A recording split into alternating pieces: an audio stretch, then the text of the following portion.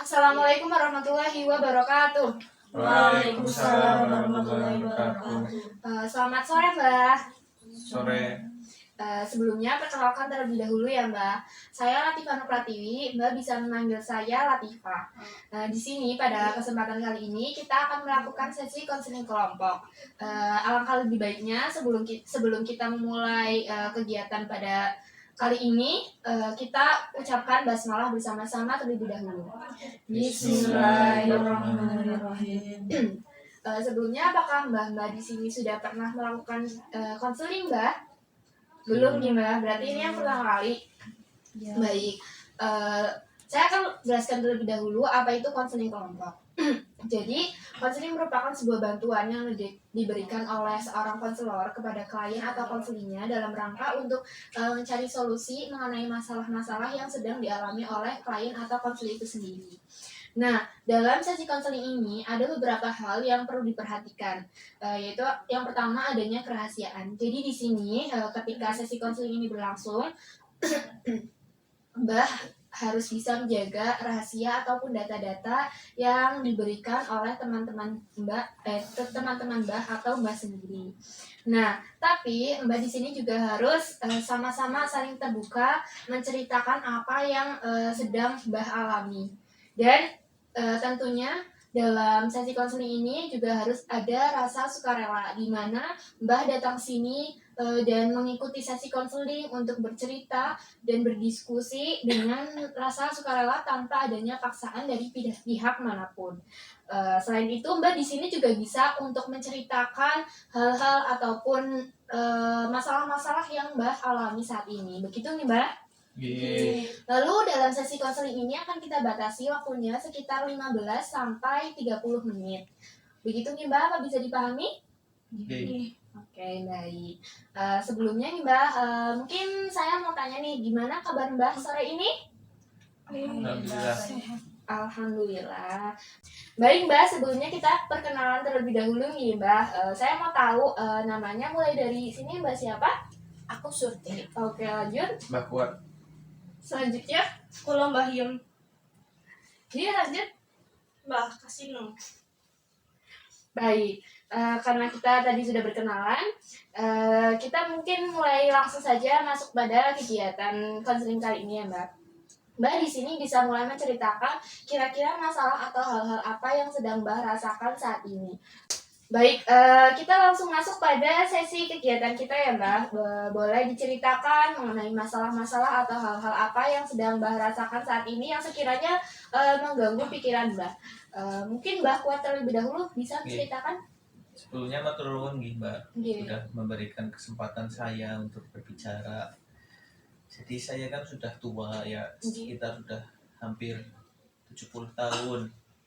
Dan ya pastinya kesehatan saya sudah menurun. Saya sudah bolak-balik ke rumah sakit, dibantu oleh anak saya, cucu saya, istri saya. Tapi itu kayak belum ada perkembangan yang lebih baik. Sudah bolak-balik ke dokter, sudah minum obat yang banyak, tapi saya masih sakit. Jadi saya kadang itu berpikiran saya sudah putus asa gitu. Saya harus bagaimana? Saya sudah tua, saya sudah banyak penyakit. Apakah memang sudah waktunya saya berakhir atau bagaimana? Seperti itu mungkin Mbak. Oke, berarti karena masalah kesehatan ya Mbak. Dan ini membuat Mbak putus asa ke depannya. Iya. Oke. Mungkin selanjutnya Mbak Surti bisa diceritakan? Kalau jadi saya itu kan suami saya udah meninggal.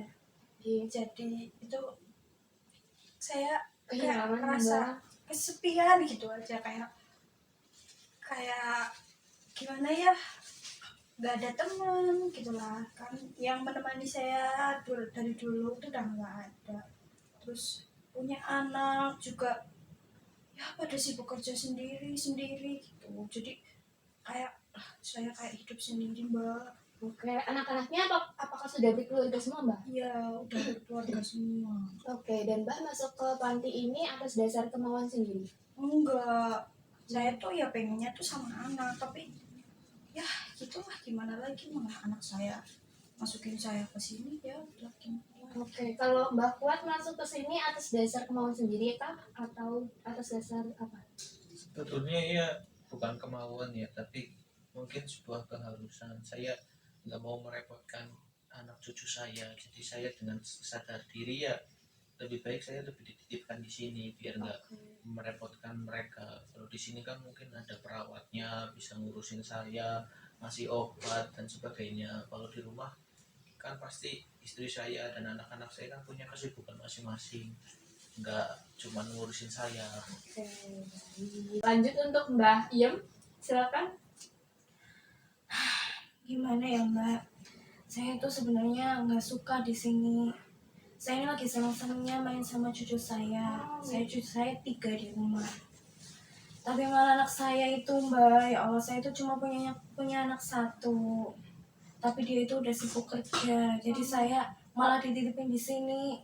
Menantu saya juga sama aja mbak, sama dua-duanya itu. Oh, berarti Mbak kesini atas ini perintah dari anak Mbah nih, Mbak? Nggih. Oke, terpaksa gimana berarti? Nih, di sini kurang nyaman lah mbak. Oke, baik. Lanjut untuk Mbak, kira-kira masalahnya apa, Mbak? Saya itu nggak cocok sama orang-orang di sini. Kurang cocoknya seperti apa, Mbak? Mereka tuh nyebelin saya. Oke, nyebelinnya bikin Mbak itu nggak nyaman dan nggak betah jadinya di sini nih, Mbak. Baik, karena tadi Mbak sudah menceritakan masalahnya masing-masing, jadi mungkin akan kita sepakati pada kali ini kita akan bahas mengenai emosi dan juga adaptasi di panti ini, Mbak. Nah, tadi kan Mbak sudah menceritakan ya alasan-alasan Mbak datang ke panti ini, memang ada yang dipaksa oleh anaknya ataupun ada juga yang memang kepengen di sini karena takut untuk merepotkan anak ataupun istrinya. Nah, kira-kira dari hal-hal tersebut, alasan-alasan tersebut yang membuat Mbah berada di panti ini pasti menyebabkan kondisi Mbah juga di sini kurang nyaman, Mbah. Nah, kira-kira apa yang Mbah lakukan selama ini di panti ini dalam kondisi-kondisi atau masalah-masalah yang membuat Mbah tidak nyaman? Baik, mungkin boleh diceritakan terlebih dahulu Mbah Kuat. Pripun Mbak tadi ulang mungkin pertanyaan. Oke, jadi kan Mbak Kuat di sini sakit juga nih Mbak, merasa putus asa. Tapi Mbak di sini atas dasar kemauan Mbak sendiri. Nah, selama Mbak di sini apa yang Mbak lakukan dengan kondisi Mbak yang putus asa ini? Di sini kan pastinya dari panti juga sudah ada pelayanan ya dalam merawat saya dan mungkin teman-teman lansia yang lain begitu.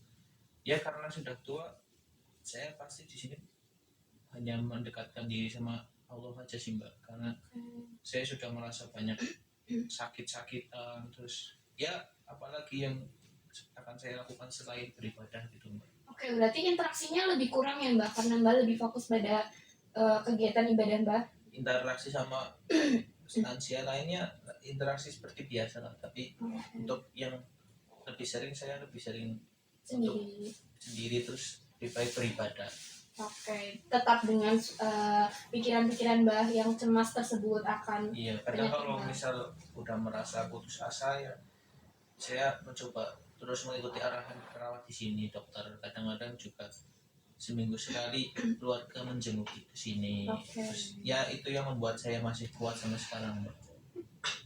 Baik, kita lanjut ke Mbah Yem. Mbah Yem kira-kira di sini apa yang selama ini Mbah lakukan? Saya tuh nggak betah mbak di sini. Saya tuh setiap malam rasanya tuh pengen nangis saja. Saya tuh kangen sama cucu saya, sama anak saya, sama menantu saya. Saya pengen kumpul lagi sama mereka, tapi mereka itu jenguk aja jarang mbak. Saya tuh di sini ngerasa sendiri, ngerasa nggak punya temen. Itu sih mbak. Kalau komunikasinya apakah sering telepon atau apa? Ya itu paling seminggu sekali, itu juga kalau mereka nggak sibuk. Oke, baik. Baik, selanjutnya Mbak Kasinem, kira-kira apa yang Mbak lakukan selama di panti ini sejauh ini? Ya karena saya nggak cocok sama orang-orang di sini yang nggak nyaman. Biasanya saya lebih suka menyendiri. Dan di sini kan ada dikasih bekal keterampilan gitu. Saya lebih suka buat menjahit atau apa. Intinya saya itu lebih suka menyendiri dari orang-orang. Oke, berarti interaksinya kurang ini Mbak. Iya. Oke, baik. Baik, selanjutnya Mbak Suti mungkin bisa diceritakan kegiatannya selama di sini. Kalau saya itu sering kayak kadang rasa sendiri gitu mbak, jadinya tuh kayak malah sering kayak aku pengen nyusul suami saya gitu loh. Tapi kadang ya mau gimana lagi, takdir saya belum dijemput-jemput juga kan, jadi ya udah kayak lebih fokus ke ibadah ya jelas. Kalau di sini lebih banyakin ibadah. Terus kalau saya lagi kesepian ya kan karena saya suka ngobrol, jadi saya sering ngobrol sama Kuat lah, iya sama Kasina juga.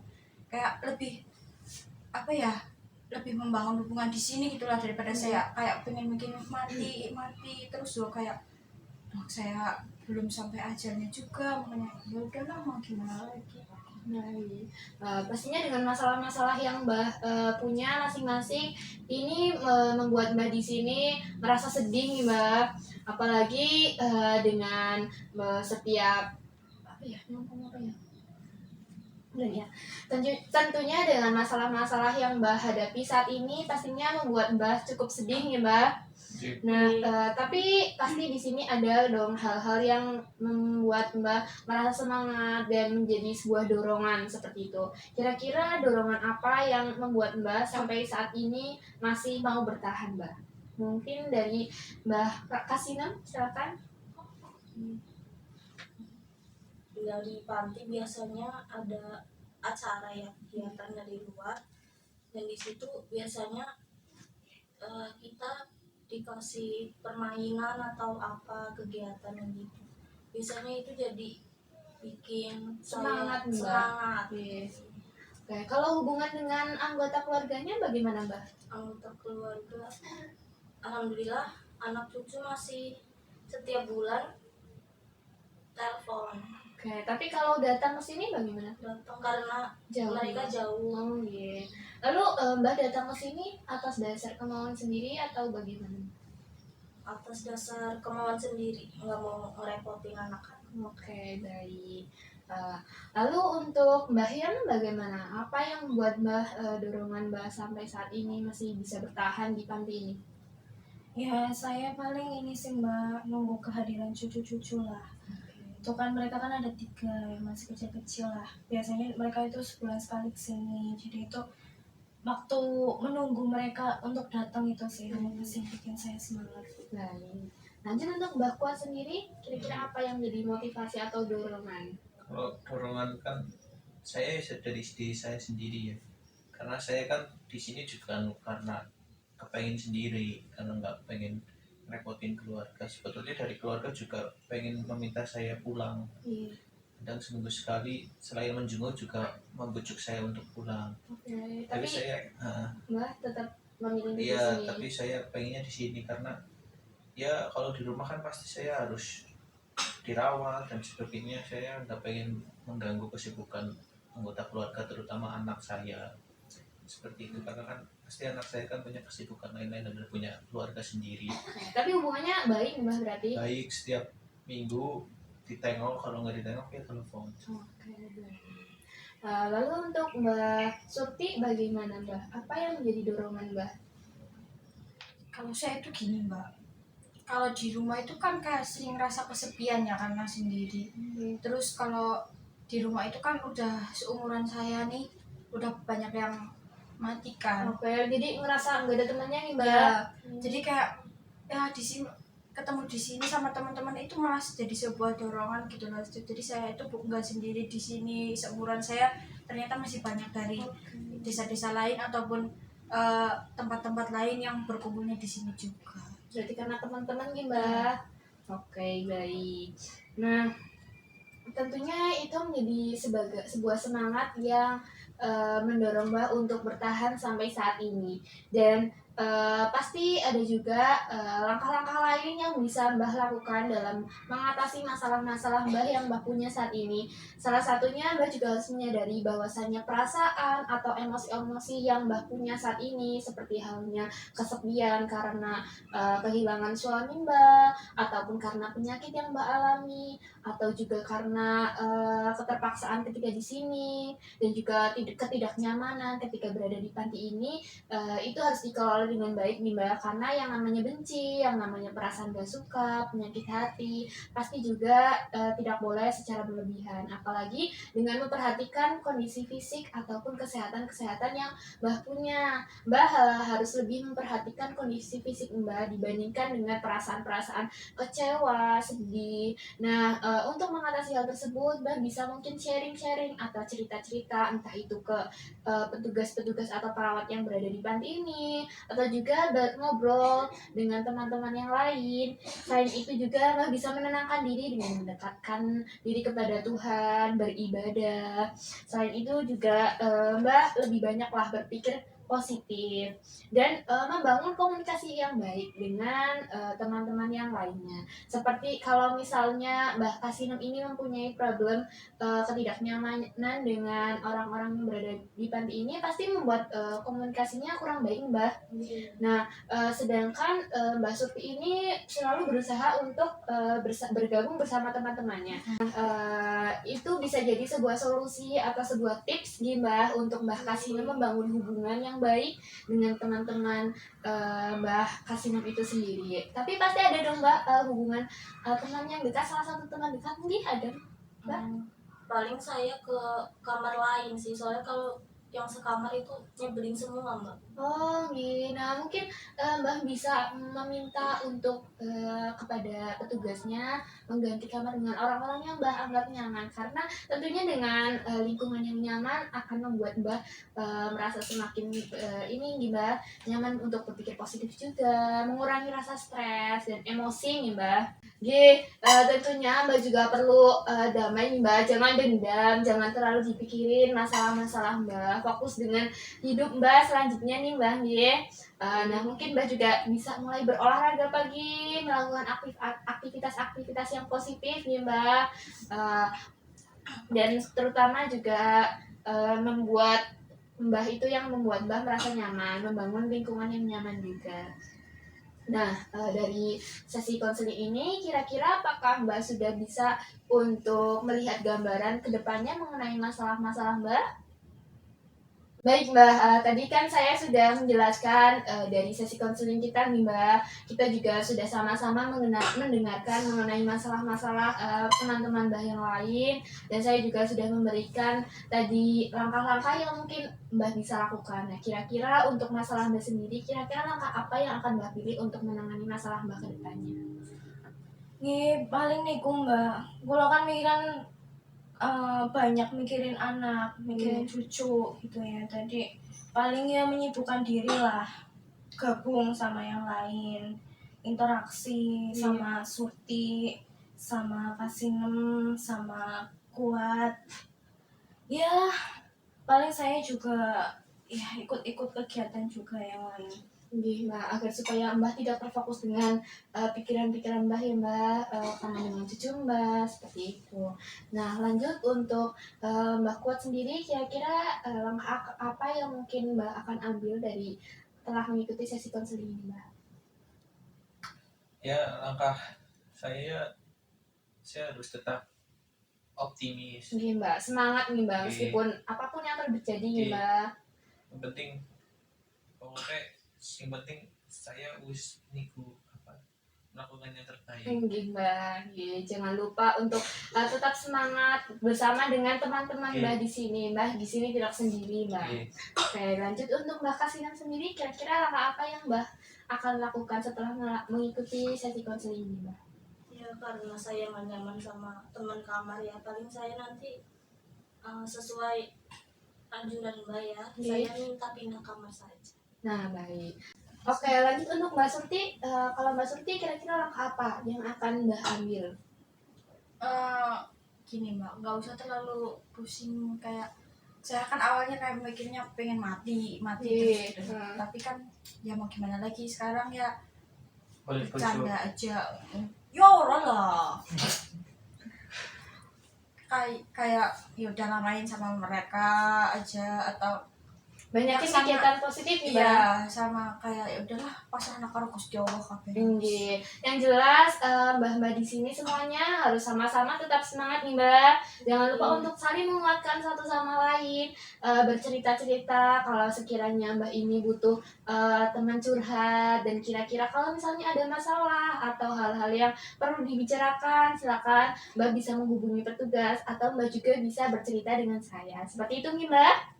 Baik, jadi mungkin bisa saya simpulkan dari sesi konseling ini, setelah Mbah mempunyai permasalahan, menceritakan mengenai masalah-masalah yang Mbah punya, dan saya juga sudah tadi memberikan sedikit langkah-langkah yang mungkin Mbah bisa ambil untuk mengatasi masalah Mbah sendiri. Nah, pada intinya jangan lupa untuk mengelola emosi, mengendalikan diri, untuk jangan dendam nih Mbah. Hatinya harus tetap sabar, berusaha ikhlas, dan juga tetap semangat. Begitu nih Mbah? Baik Mbah, karena sesi konseling ini sudah berakhir, saya ingin mengucapkan permintaan maaf. Di sini mungkin tadi selama melakukan sesi konseling, saya ada tutur kata yang kurang berkenan di hati Mbah semua nih Mbah. Saya juga mengucapkan terima kasih atas kesediaan Mbah dan meluangkan waktunya untuk melakukan sesi konseling. Kita curhat-curhat dan ngobrol-ngobrol bersama nih Mbah. Semoga Mbah kedepannya selalu semangat dan juga sehat selalu nih Mbah. Amin. Saya pamit nih Mbah. Mungkin kita bisa lanjut untuk konseling pada pertemuan berikutnya seminggu ke depan pada hari Senin jam 3 sore. Begitu nih Mbah? Baik. Kita tutup sesi konseling ini dengan bacaan hamdalah bersama-sama. Alhamdulillahirrahmanirrahim. Pamit nih Mbah. Iya, monggo Nggih. Mbak. Terus nih Mbak. Nggih, sami-sami. Parang Mbah. Nggih, monggo.